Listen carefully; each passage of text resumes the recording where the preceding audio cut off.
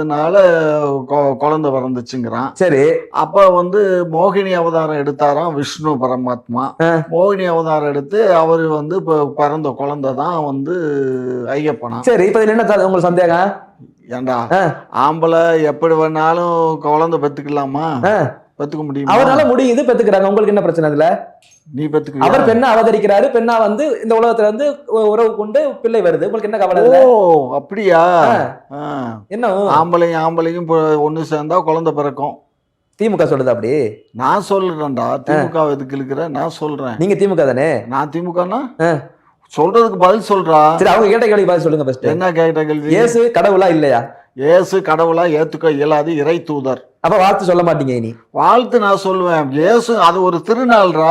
இன்னைக்கு இருக்கக்கூடிய அவர் வந்து அவதரித்த நாள், அந்த இறை தூதர் இன்னைக்கு பிறந்த நாள். அதனால அவரு வாழ்த்து அந்த மக்களுக்கு.